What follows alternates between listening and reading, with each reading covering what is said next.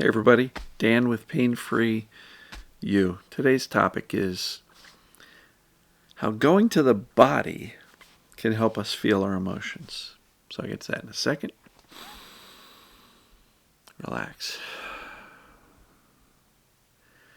Do what you can to let the tension out. If your shoulders are up, let them drop. Let your breathing take on a natural pace. Don't force it. Don't count. Don't structure this, structure that. Don't work at it. Just allow. So, as we know, or as you may know, Dr. Sarno said that TMS, tension myositis syndrome, later termed the mind-body syndrome, are symptoms or pains created by the brain when it perceived these repressed emotions were getting close to the surface. So it created something physical like pain to distract us from the emotions. Right? And so ever since Sarno made this stuff popular in the 80s and 90s, people have been doing emotional work to get better. Emotional work. Journaling, sometimes therapy. And some people struggle with that. Now, for some, they're highly emotional beings and, reflecting back on past emotional experiences can be very useful. But for some, it can also be very triggering because we're recalling all of our past traumas and, negative things that have happened to us. And I would say there's a certain percentage of people who really struggle to really connect with their emotions. Many people have been repressing, suppressing, consciously, subconsciously, their emotions for a long time. Maybe we were raised in a situation where emotions weren't welcome at home. What are you crying about? I'll give you something to cry about. Just a lot of negative direction from adults to kids that emotions are not cool. Oh, you're angry? God doesn't like anger. Put that away. Don't get angry in front of me. Don't make me angry, right? There's all that stuff. And so we've been kind of taught and programmed from a young age that emotions are not cool, right? But then we hear about this mind-body concept, made popular, pioneered by Dr. Sarno. And now we're told, feel your emotions. Unrepress them. And for a lot of people, they do this. What am I feeling? Well, this is body language for I'm thinking about my emotions. And this is not a thinking process. It's a feeling process. So some people struggle to really connect with their emotions. Some actually say, this emotional stuff that Sarno talks about doesn't apply to me. Maybe. But everything in life generally creates some emotions. Sometimes it's neutral, nothing major. But oftentimes it's either a positive emotion or a negative emotion that we experience as a result of whatever's going on in life. So for the people who struggle with emotions or want to get a little bit better at it, well, let's back up a second. Why do we want to feel emotions? Because that's a normal human experience. You never have to tell a 2-year-old to feel their emotions, right? They just know what to do. If they're sad, they cry. If they're happy, they laugh. If they're angry, they're screaming and pounding their feet on the floor or taking a temper tantrum. We can learn a lot about emotions and how to handle them by watching a 2-year-old. No filter, just allow themselves to feel it, and they pass. It's very rare that a 2-year-old is still stewing on something a month later after she was upset that Billy took her doll, right? We can learn a lot from that because when we feel emotions, they pass. And look, Sarno was right. Sometimes the brain perceives emotions as dangerous and therefore creates symptoms in response. And thus, the suggestion, let's feel our emotions. Let's write about them. Let's journal them. Maybe even go to therapy because emotions are the problem, right? So we got to go find them. Now, I did a video recently that I don't think we need to dig them up.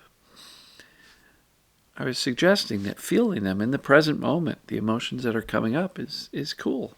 But then I had a number of people go, but how do I feel them? What do I do? And these are the people who have a little bit of blockages up, that either don't believe that emotions are safe.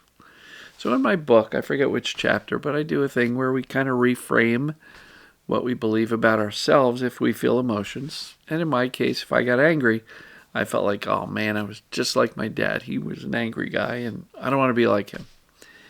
And that would put up a block for me feeling anger, because I don't want to be like him.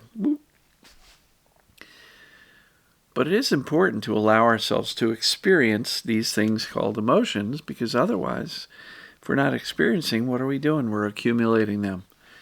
And I do believe that it's important. Again, Sarno's right. So if the brain perceives emotions as dangerous, what's the most straightforward way to teach the brain that they're not dangerous? Feel them, and then show the brain that I'm still okay after feeling them. After a while, the brain will go, well, these emotions are normal. They're justified. They're warranted.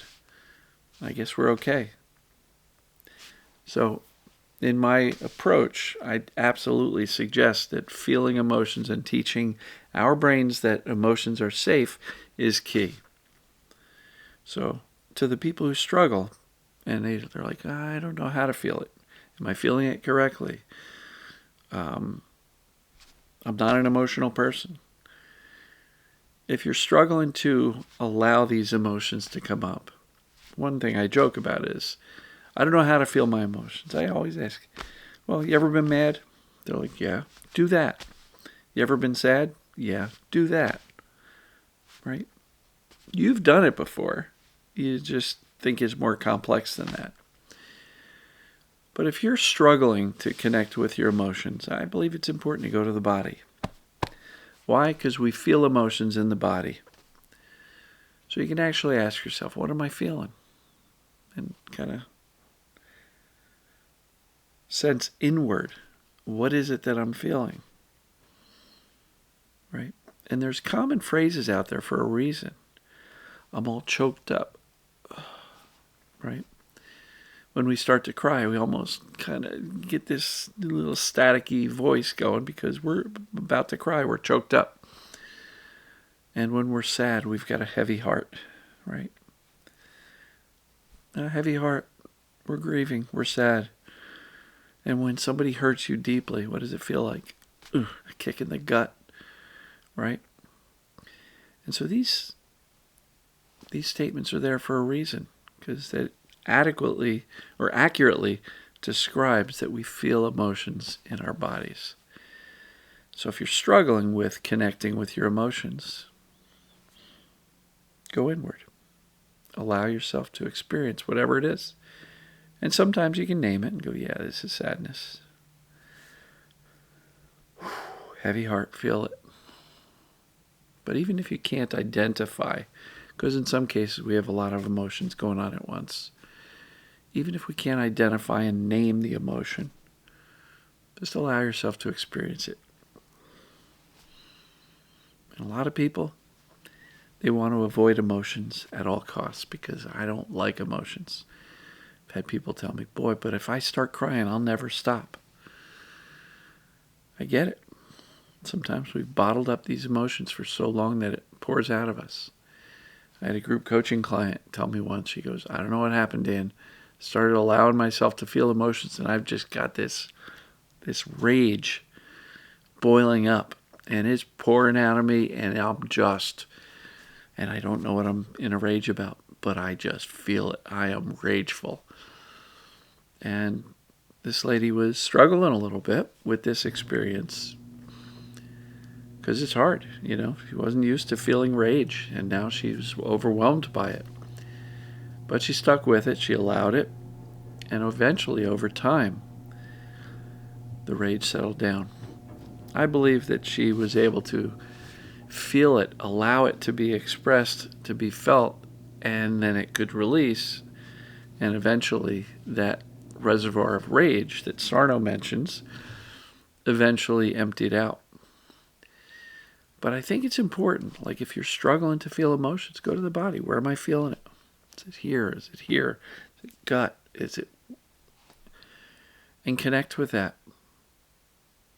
Because the emotions are felt in the body.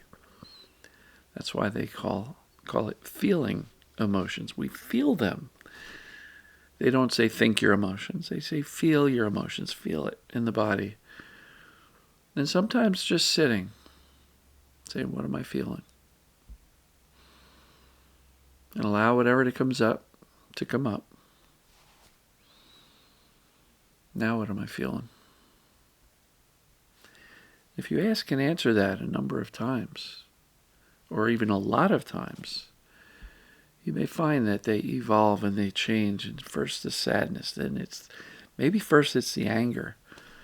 And sometimes anger shows up to protect us from sadness. Somebody hurts your feelings, you get angry. Ooh. But really, what's underlying the anger? Sadness, often. Grief, loss. But I think it's very, very useful to connect with the emotional feeling and not just think about it, right? Sometimes, I'm not debating, there could be, there might not be. For some people it is, there's not. But, let's just mention journaling. Some people find value in it, some people don't. Some people love it, some people hate it. But I think sometimes journaling, because it's a writing process, might be a little bit cognitive. Maybe that's just my interpretation. Maybe you can scribble and scrape on the page and express your emotions there. But there's a difference between expressing emotions and feeling them. Feeling is an inside job. Expressing is getting them out. You do not have to share your emotions with the people you love and let them know how much you're hating on them right now, because there can be social consequences.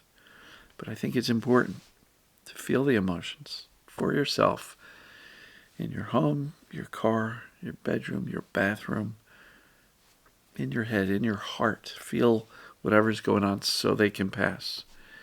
And if these emotions keep coming back, you may be stuck in story mode, as I call it, ruminating on the story behind it, right?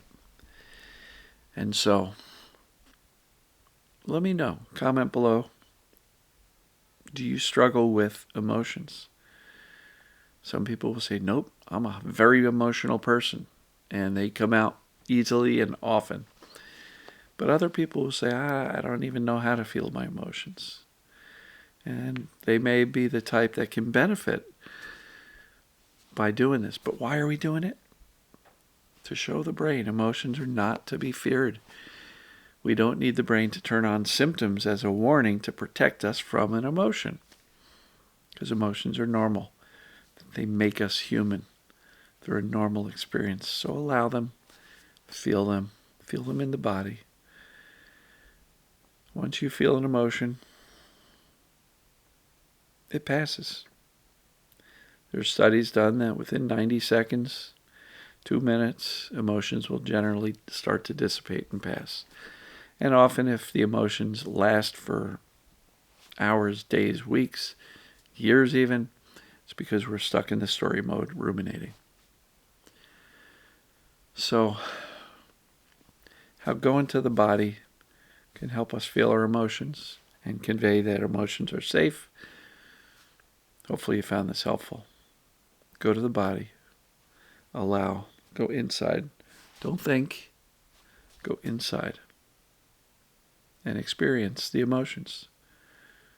And remind yourself, this is good.